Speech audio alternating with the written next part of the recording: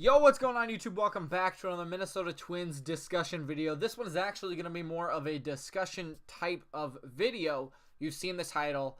I want to hear your opinion on this stuff down in the comments as well, but I'm going to be ranking every single position player the Twins have put out on the field in the month of May from worst to the best. Obviously, this is my opinion. I'm going to be using stats, reasoning, situations, what I've seen, basically all of that combined to tell you who I think ranks worst to best. But like I said, I do want to hear your opinion on this. I want to know why, you think maybe Sano is the best player this month or whoever you think. I want to see your list and I want to know why. So we're going to jump right into this without further ado.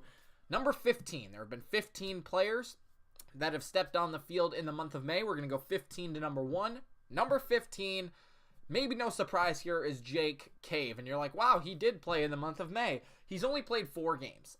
So fitting that he would be down in the bottom of the list. If he got to play more, it would probably go up a little bit because he didn't do that bad in those 4 games. But 4 games just doesn't cut it for me. So it's like that minimum, So he played in 4 games, had 7 at-bats, 2 hits. One of them was a double and scored 3 runs. He batted .286 with an OBP of .545. But again, those numbers might be a little inflated because he's only played 4 games. So that's why he's at number 15. I think that's very straightforward. Now let's get into the players who have actually played. Everyone's played at least 10 games except for Luis Arias, I guess. But the next person I would say is number 14, Williams Astudillo. And maybe you think that's a surprise, but I'll tell you, looking at his stats, I didn't see it as a surprise. And again, this is just my opinion, but I'll give you my reasoning. He's played in 12 games. A lot more now that Garver has been hurt, but in 12 games, he has 46 at-bats, 9 hits, 2 doubles, no home runs, 2 RBIs, and 4 runs scored. His on-base percentage is .204, which means his average is lower at 196. That just doesn't do it for me. His slugging is also .239. That's just not very good for a player. Obviously, he's been good in the past. Last year, he was very good. He still doesn't strike out a lot. He struck out 2 times in the month of May, but for those reasons, I just don't see him being as productive as maybe we would have liked or would have thought. So that's why he is number 14.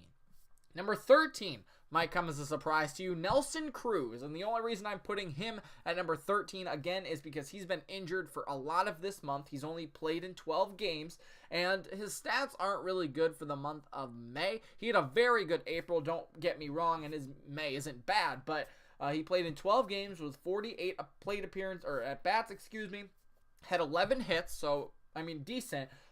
3 doubles, 2 home runs is all, and 7 RBIs. So, again, maybe a little bit lower than you would have thought, but he also hasn't played very much. His OBP and batting average, .229, and then his OBP, .283. So, again, under 300, not that great for some guy who we're, supposed to be paying to hit the ball, and again, that's probably because of his injury. So, for those reasons, he's number 13. Next on the list, again, might be a little bit of a controversial issue. This is why I'm putting him at number 12, Miguel Sano. And he hasn't done bad. Again, I like the guy, but he has not been producing the way I want him to produce. And this could just be a preference thing on my end. I'm not a big fan of, smacking home runs, and that's all you do. Especially when you strike out, twice as many times as you walk, twice as many times as you get hits. I'm just not a fan of that, and his stats aren't as good as I would like them to be for that kind of hitter. Again, he just started in the month of May. Give him a little time. I'm sure he will do well. But in 10 games, he hasn't played a lot of games, which is also why he's lower on the list. In 10 games, 38 at-bats, he has 9 hits, 11 runs, 3 doubles, and 5 home runs, 9 RBIs. That's really not bad. But his average, .237, 348 OBP, that's decent, but the .237 average, it just tells me he's striking out so much and walking some, but not a lot. 16 strikeouts to his 7 walks. Both of those are about middle of the pack. And like I said, he's only played 10 games, so these things might be a little inflated right now, but I think he could definitely be a great player. He just hasn't had the time to shine yet. So that's why I put him at number 12. Number 11, this one might be obvious. Maybe he's a little too high. Luis Arias.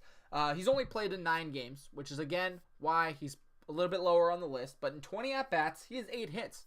Pretty good. He's batting .400 on the month of May. 500 OBP, 600 slugging.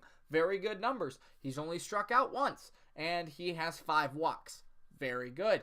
He has 12 total bases, 3 RBIs, 1 home run, and 1 double. Again, not very bad. I honestly could see, him and Miguel Sano very much developing into better players throughout the season if they do stay on the roster, but just not enough games. They're just getting their foot wet in the door in the month of May. I think they could do better, and that's why he's at number 11. And finally, number 10, before it gets very difficult, is Mitch Garver. He's done very well. And the only reason, again, he's down this far is because of his injury. He's played 11 games, 33 at-bats. He has 10 hits, 4 home runs, 1 triple, no doubles, 9 RBIs, and 7 strikeouts, 7 walks. His average is .303 with an OBP of .439. He was doing so good, and it sucks that he got injured. He's supposed to be back, I think, in Tampa Bay, that series coming up. So, very much, again, because of his injury that he's this low. Now, let's move on to the top 10. This one got a little harder. Let's go to Ethier Andriana right now, and I've put him at number 9. He has done well. And for the amount of time that he's been able to play, I think he has done very well. This is it's just hard because he's not necessarily a power hitter, and I get that he's hit 3 home runs. I just don't know where else to put him. I mean, all the guys above him have done so well, it kind of just pushes him down to the number 9 spot. 21 games played, 45 at-bats. He has 8 runs, 13 hits, 1 double, 3 home runs, and 10 RBIs. Maybe that's just a little low. I'm not sure. He doesn't strike out a lot. 9 strikeouts, 289 average, and a 377 on-base percentage. So very good. Like I said, he's done well. It's just hard it's hard to put these guys in a number spot now. So let's continue on. About halfway through now, Marwin Gonzalez finds himself on my list at number 8. 23 games played, 89 at-bats, 27 hits, 3 home runs, 5 doubles, 10 RBIs. The only reason he's a little bit lower, again, he struggled a little bit in bigger situations. Same with Jonathan Scope. I did put Scope a little higher on the list because he just goes on a tear. And I haven't seen Marwin Gonzalez really beat up on a lot of bad teams. I mean, granted, he got robbed for like 6 hits in a row during this month. But stats, I mean, yes, you hit the ball hard, but if you don't get rewarded, it goes down in the stat book as a little bit worse. So that's why I put him here. I mean, like I said, my opinion, I think he's a great player. It's just really hard to put these guys in a numbered spot. And I think he just in the spots he's been given in the lineup, he doesn't have a lot of RBIs. Still not really hitting a lot of homers. So, I mean, he's definitely a good player, but I'm going to put him in the 8th spot. Number 7 is Jason Castro. And the reason I'm putting him up in the 7th spot is because, I mean, we brought him here to be a catcher. He has done a very good job, especially last night. I don't want to base it on one game, but he called a great game for Smeltzer last night to get him through. He's also hit, how many home runs? 5 home runs and 4 doubles this month with 13 RBIs. Maybe that's a little surprising to you. He's still batting .271. That's very good, I think, for a catcher, who really suffered last year, did not do very well. He's really come back in April and May and really done some good things. So I'm going to put him at number 7. Or is that number 6 now? Geesh, I'm losing track. But it doesn't matter. Top 5 here. So Castro would have been 6. Number 5 is Scope, and that's because he's got one of the lowest batting averages, but he's also played in a lot of games. 23 games, 87 at-bats, 253 average, 316 on base percentage, but he's hit 18 RBIs, and he has 6 home runs. A lot of those RBIs coming off of the home runs, but he also has 5 doubles. So, again, he's done very well in the month of May overall. He's really struggled the last 2 or 3 series, but before that, very solid. He's also very good in the field. He has got quick hands to turn a couple double plays that maybe shouldn't have been turned behind him.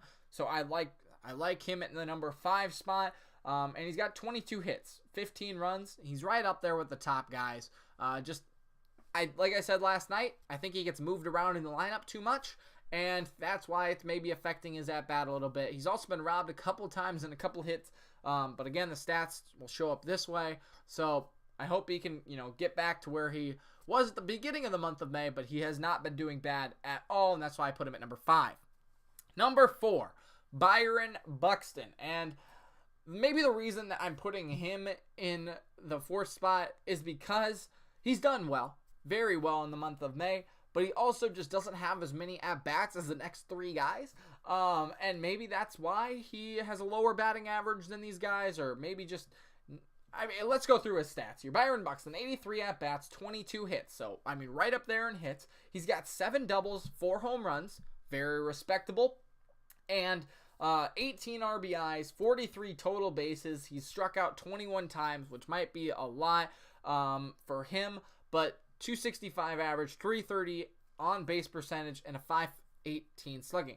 Not bad numbers by any means. I think he's a little bit better than Scope. He's got, just about the same...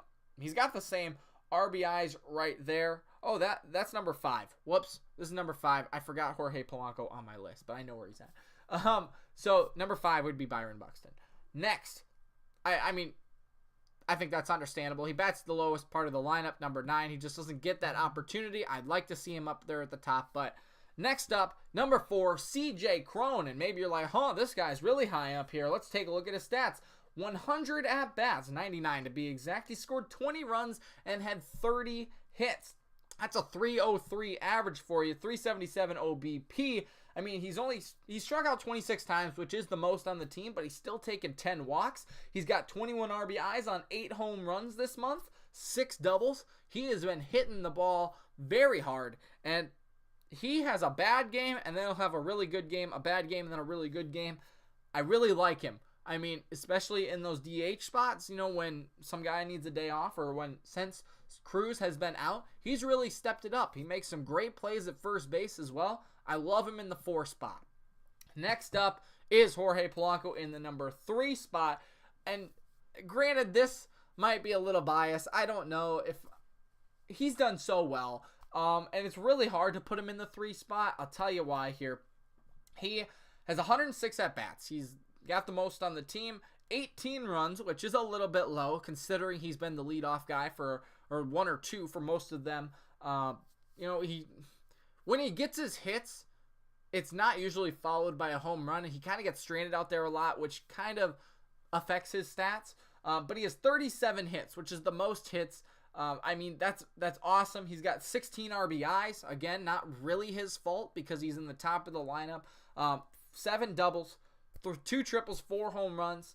He has struck out 16 times, but he's walked 13 times. He's batting .350 in the month of May. That's incredible. It's so hard to put him in the number 3 spot, but he's just been doing so well. And I don't want, not that he's going to look at this list or anybody's going to care, but I think 3 really fits with him just because the next 2 guys have been on a tear as of late, and almost the whole month. So Max Kepler is number 2, which means you know who number 1 is. But number 2, Max Kepler, he was just AL Player of the Week. He tore it up last week. He's continued to do well so far. 99 at-bats, 21 runs, which is the most on the team. He's got 28 hits, 9 doubles, 5 home runs, 19 RBIs.